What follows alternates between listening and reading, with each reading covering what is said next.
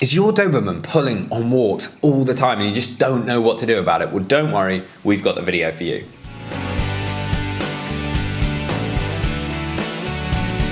Welcome back to the Fenrir Doberman Show. My name's Joe and I'm a certified canine leader here at FenrirCanineLeaders.com. We are dedicated to helping you learn everything you could possibly want to know about the Doberman, then how to become a high-level canine leader so you can raise your very own. So if you're new here, don't forget to subscribe, turn on that notification bell so you never miss a future upload. The Doberman is a wonderful breed, however they are very strong. So if they're pulling you on walks, don't worry about it because today we're going to be tuning into a webinar that the canine behaviorist and founder of FenrirCanineLeaders.com, Will, has recorded all about dogs pulling on walks and how to deal with that situation. So over to you, Will. So here we go, another quick fire webinar that I like to do with you guys around dogs that pull on walks. Now this it's up there. It's definitely in the top 3, maybe top 5 of most common concerns, queries, questions that I get as a canine behaviorist, and when people are coming and looking at wanting behavior modification, is how frustrating it is to have a dog that pulls on walks. So in this video I want to just go off the cuff and give you a quick breakdown of my thoughts and theories and approach when it comes to people having dogs that pull on walks. Now, for me, I always, and it's kind of the theory behind why we started on YouTube, and it's now 95% of the effort that we put in is around early education with owners. Getting in before problems arise, in my opinion, is the most important thing that we can bring to the canine community, which is why in our Perfect Puppy course, we so heavily focus on getting heel working right from day one and making it an absolute priority. Having a little puppy that bounces around all over the place on a lead might seem cute, but as soon as those first few months of that cute puppyhood nature wears off and the novelty of having a puppy wears off and you're getting a little bit frustrated about just how hard work it is, and especially if you've got a large powerful breed, it then becomes absolutely miserable. And I have got countless cases of people that have been pulled over by their dogs, have been literally dragged down the street by their dogs. These large powerful breeds, people get them, they don't get the heel work right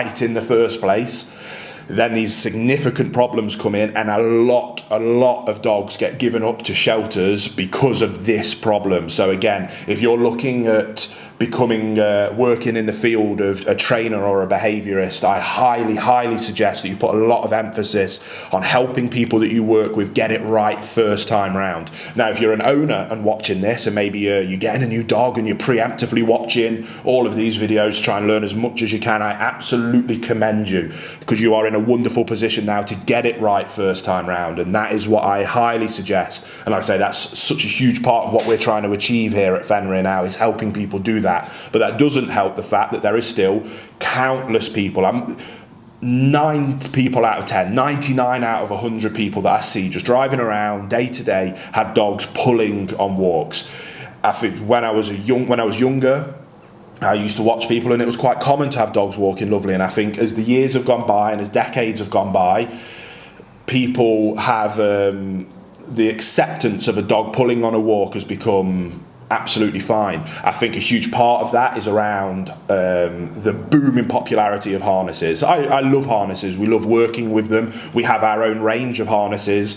If they haven't come out yet, when you're watching this, are coming out very soon. Harnesses are a wonderful tool that add an incredible amount of comfort and security to your dog, a much better way of connecting yourself with the dog, especially if you're doing any kind of sports with your dog. But to advertise them as a solution to stop pulling, I think has caused a huge influx in people having dogs that pull badly, and because it takes the pressure off a neck with a collar, I think people live with it much more comfortably. So my dog just pulls, but it's got a harness on, so it's not really hurting itself. I would love to help encourage people just to rewind that, and the joy of having a dog that walks to heel is when I give owners something, with all the behaviour modifications that come my way, when I help people, when I have people come in there, they're often in tears about how miserable it's become to walk their dog, and in one session we can turn that around and give them back a dog that walks beautifully to heel. that for me is one of the best things I can give to a dog owner, because it allows them then to go and exercise. When a dog walks nicely, it builds wonderful relationship with them, and then so much more joy with living with a dog comes off the back of being able to get out and walk with a dog that's walking nicely to heel. So when we're addressing it as a behaviour, it is often a behaviour that we'll address quite quickly, and it's often, and we kind of have levels to it, and it often depends on the owner's comfortability with things around corrections. Obviously, it's no secret I'm a balanced dog trainer, and I use all the tools in the toolbox. Hey guys, very quickly, I just wanted to ask, are you following us over on Instagram? If you're not, there's 2 accounts that I would love for you to check out. The first one is our brand account, at Fenrir Canine Leaders, where you can see more about our industry-leading products that we create. If you're interested in following me personally, that's at I am Will Atherton, where you can see behind the scenes of me working with some of the most extreme behaviour cases in the world and what it takes to run these kind of YouTube channels. And maybe if you just want to be able to come over and chat with me, that's the place for you. So there'll be links down in the description box for both of our Instagram pages. I'd love for you to come and check them out, and hopefully we'll chat over there.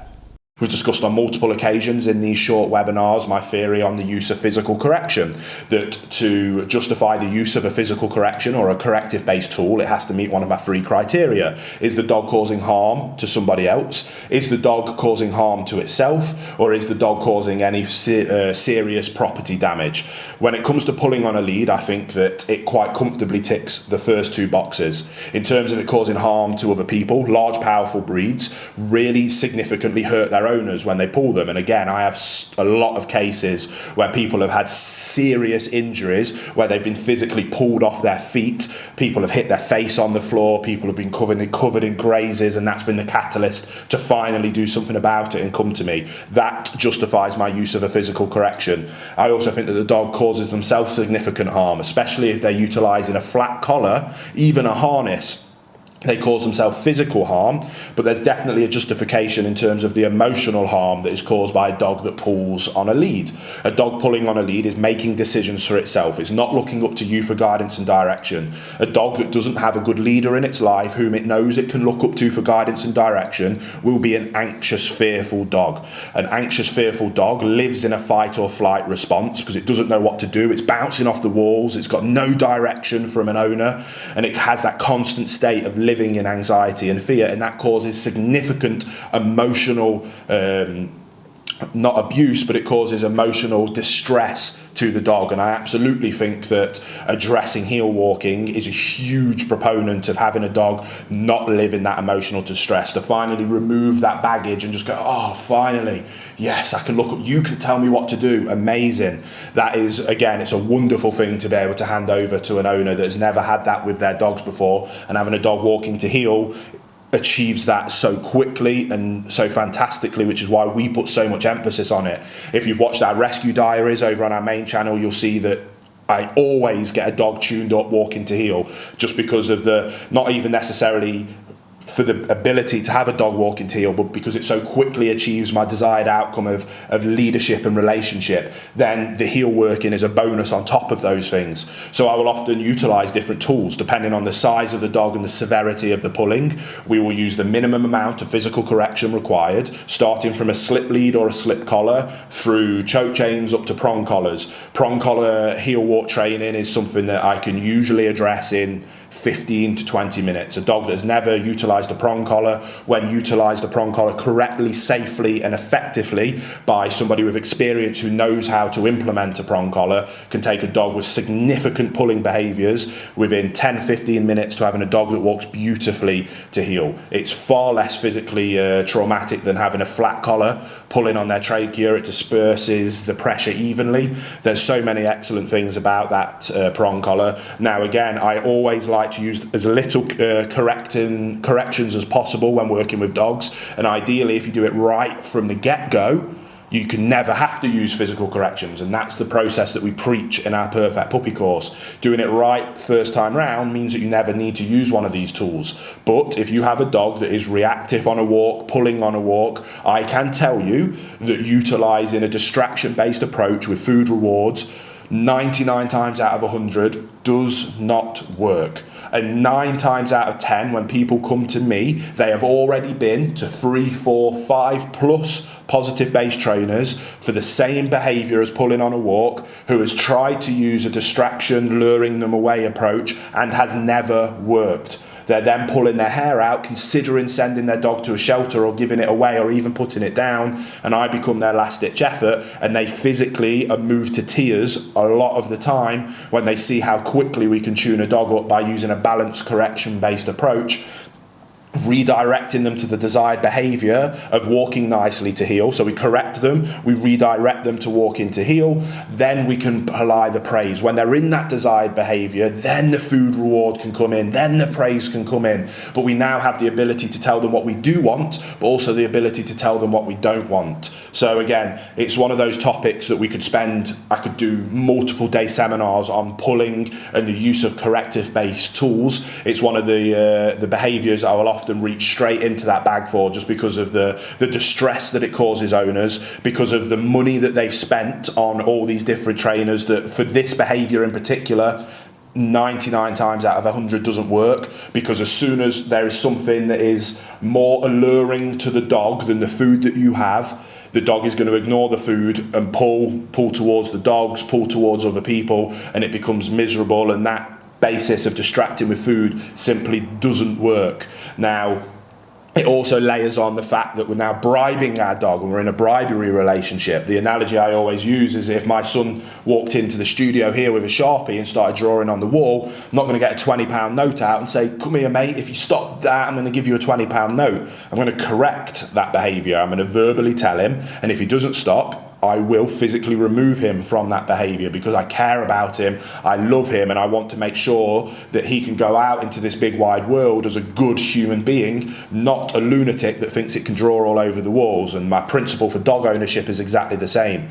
I will tell you if you are doing something that is causing harm to yourself, harm to other people, or is causing significant property damage. So again, I think if more people take that approach in a fair, consistent, loving way, based on leadership and relationship, there is no need for any dog owner in the world to struggle with them pulling on walks. And we're going to do more videos around exactly how we do that. If you want to see me do that with all the rescue dogs that I volunteer at the local rescue centre for me, I do that with all the dogs I work with. You can go and check out the training channel and see that in person, me actually doing it. But with these webinars, I like to make them much more focused on mindset and theory, because I truly think that that's the most important thing. So I hope you got something from this. You do not need to struggle with your dogs pulling on walks. It's something that can be addressed very quickly, and if you don't want to do it yourself, or you think that that's a bit overwhelming, seek professional help from a balance trainer who has the skill set in utilising corrective tools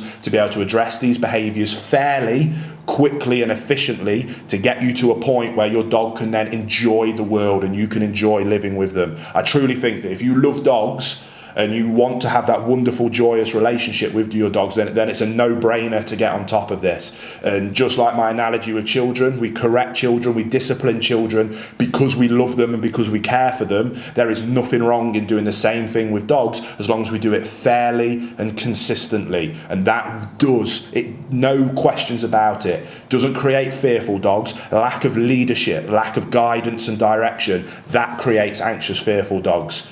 Good boundaries, rules and expectations with consequences, that creates happy dogs, because they can trust in you, that they can get their guidance and direction from you. And as long as you're being fair and consistent, that is how you get a happy dog. So again, hope you enjoyed that little quickfire webinar. There you have it, guys. Some really useful tips and tricks that you can put into practice with your Doberman to stop them from pulling on walks. I really hope you enjoyed today's video. If so, get involved in the comments down below, as we would love to hear from you. Don't forget to subscribe and turn on that notification bell, as we have 2 dedicated videos coming here every single week. So I can't wait to see you in the next episode of the Fenrir Doberman Show.